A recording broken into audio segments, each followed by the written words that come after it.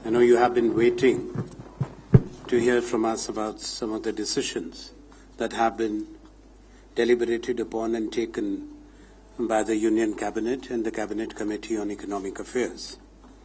I'll first comment on the FDI-related decisions which have been made.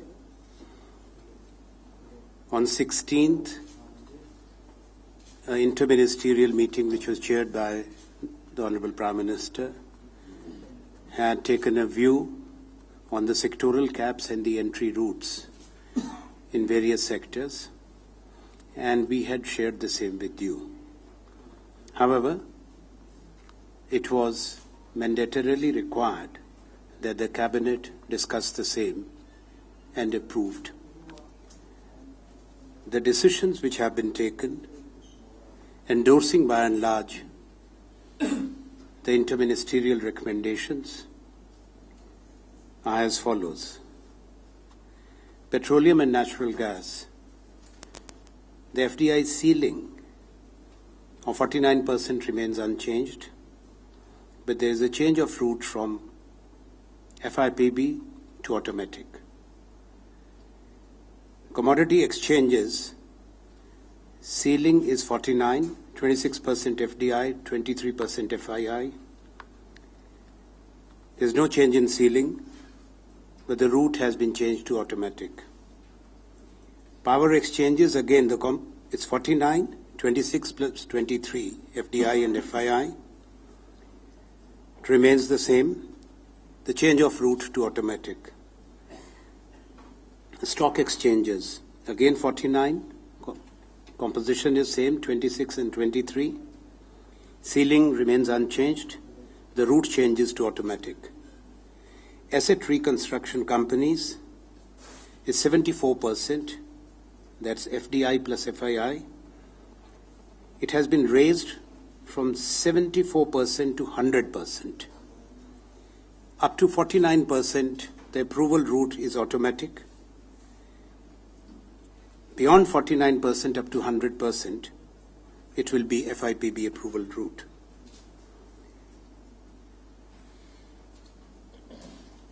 Single brand product retail trading, FDI ceiling of 100% was allowed through FIPB route. Ceiling cannot be more than 100%, but well,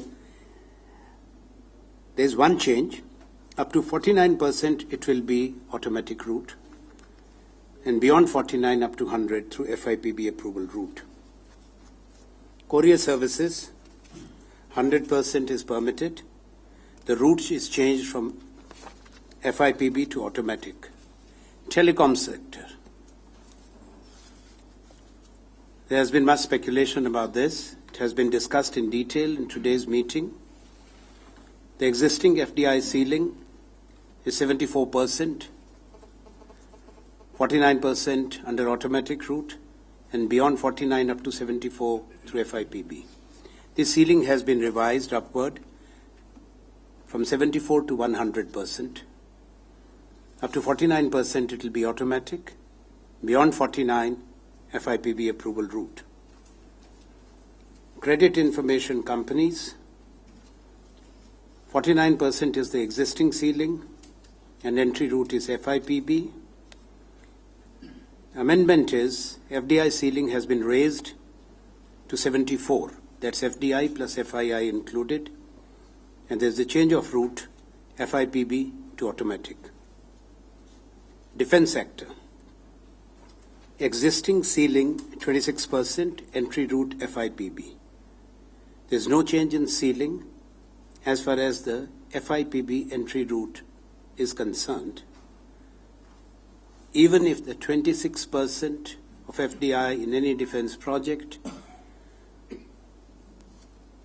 is more than 1200, that is the automatic route permissible upper limit of FDI, that will go then through the FIPB scrutiny in any case, and the cabinet approval. But above 26%, all proposals for FDI in defense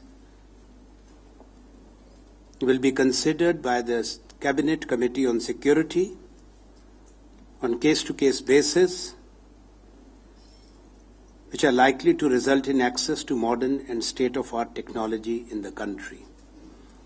This will now get duly notified and reflected in the FDI policy. I'm talking of the CCS consideration and approval above 26%, which is not reflected or communicated through the extant FDI policy of the country.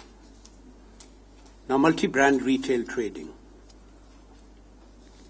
We have had detailed discussions with the stakeholders. There were 2 decisions which were taken in the past, but the last decision was of 24th of September 2012, allowing 51% of FDI in multi-brand retail trading.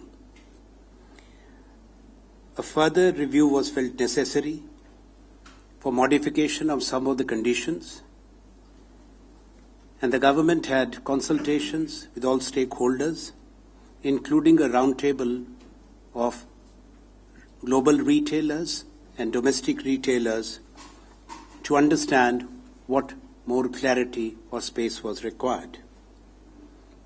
There are 3 important decisions made. As per the policy, 30% sourcing from the MSMEs which have a total investment in plant and machinery not exceeding $1 million was mandatory. Now the proposal was that medium-scale industries with total investments in plant and machinery not exceeding $2 million to be made eligible.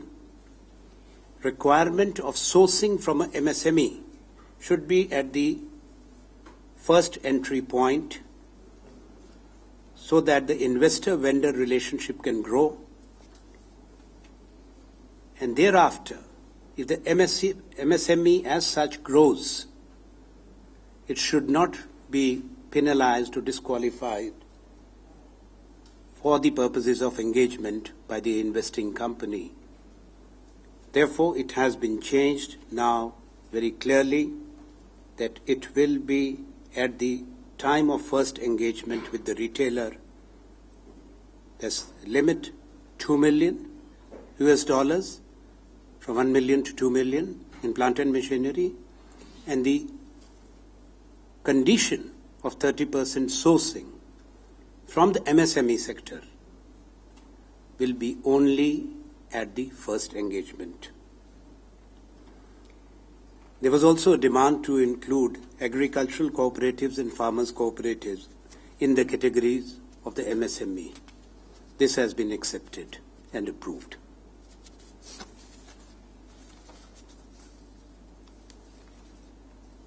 As per the policy, there is a minimum threshold of $100 million for foreign direct investment in multi-brand retail trading.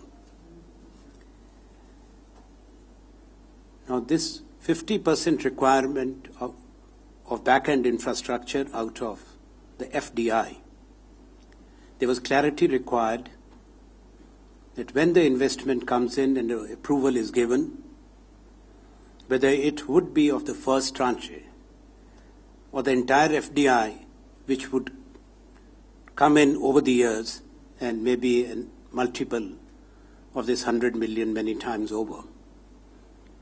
Now it is made clear 50% of the FDI in back-end infrastructure will be of the first tranche of $100 million. Thereafter, these would be need-based business decisions by the investors and their domestic partner. Let me clarify here, we are talking only about 30% MSME sourcing. It doesn't mean that the sourcing from India would be restricted to that, as is our present experience, that the sourcing from India by the global retailers is fairly substantial. I'm referring to multi-brand retailers. Single-brand retailers is universally known. There is enormous sourcing out of India, which is already taking place. And our experience with the single brands which have come in. Almost all of their sourcing is being done out of India. And that makes business sense and economic sense in our view. The third important change is with regard to the cities with a population of more than 1 million. Now, the policy as such, approved by the Cabinet on 14th of September 2012, allowed opening of MBRT, multi-brand retail, in cities with a population of 1 million or above. Only 53 in India's cities in India have that population. And only 12 states have embraced this enabling policy. A special dispensation was made by the government in consideration of a demand from landlocked states, smaller states, border states like Jammu Kashmir, Assam, Uttarakhand, Manipur, that they should not be deprived the benefits of such a policy because their strengths are in fruits and vegetables, in agri-produce. Accordingly, a dispensation was made that the identification and determination of cities in states which do not have a single city with a population of 1 million plus is left to the state government. Thereafter, states, big states which had endorsed the policy, notified the same, wanted a consideration to add more cities of their choice. All states have now been allowed to add cities in addition to the ones with a population of 1 million, which exist in their state as per their decision, identification, and determination. So these are the three major changes in the multi-brand retail policy, which accommodates many of the issues that have been raised and brings in more clarity and gives more space to the investors. The third decision is that of the Cabinet Committee on Economic Affairs. This was with regard to reviewing the foreign direct investment policy as the definition of the term control and management. It's important to recapitulate the course of decisions in this matter. The Cabinet Committee on Economic Affairs had accepted the recommendations of a group of ministers in February 2009 on the definition of ownership and control in the context of foreign direct investment or equity holdings by an Indian resident Indian entity. That definition, which was approved in 2009, is as follows. A company is considered as controlled by resident Indian citizens if the resident Indian citizens and Indian companies which are owned and controlled by resident Indian citizens have the power to appoint a majority of its directors in that company. This is the existing definition, which was notified later through Press Note 2, 3, and 4. And later, the FEMA guidelines were accordingly amended, and this is the notified definition of ownership and control. This issue was discussed between Finance Minister, Commerce and Industry Minister, and the Deputy Chairman Planning Commission. Since there have been developments, there is a SEBI-SAS regulations and the definition of ownership and control. There's a Companies Bill of 2012 giving a definition of ownership and control which is almost identical to the SEBI regulations on this particular issue. Thereafter, we decided to broaden and deepen the definition, aligning as far as possible with the SEBI regulations and the Companies Bill regulations. The Cabinet has considered the proposal of the new definition, which is not entirely identical to the Companies Bill or SEBI regulations, for understandable reasons, as this particular definition deals specifically with the foreign direct investment. The new definition, as aligned and approved today, I shall read for your benefit.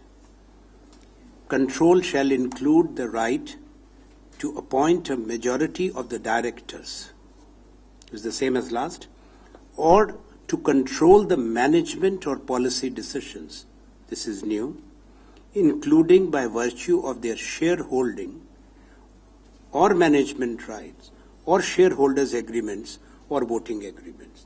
So all these components are there in the SEBI regulation as well as in the Companies Bill.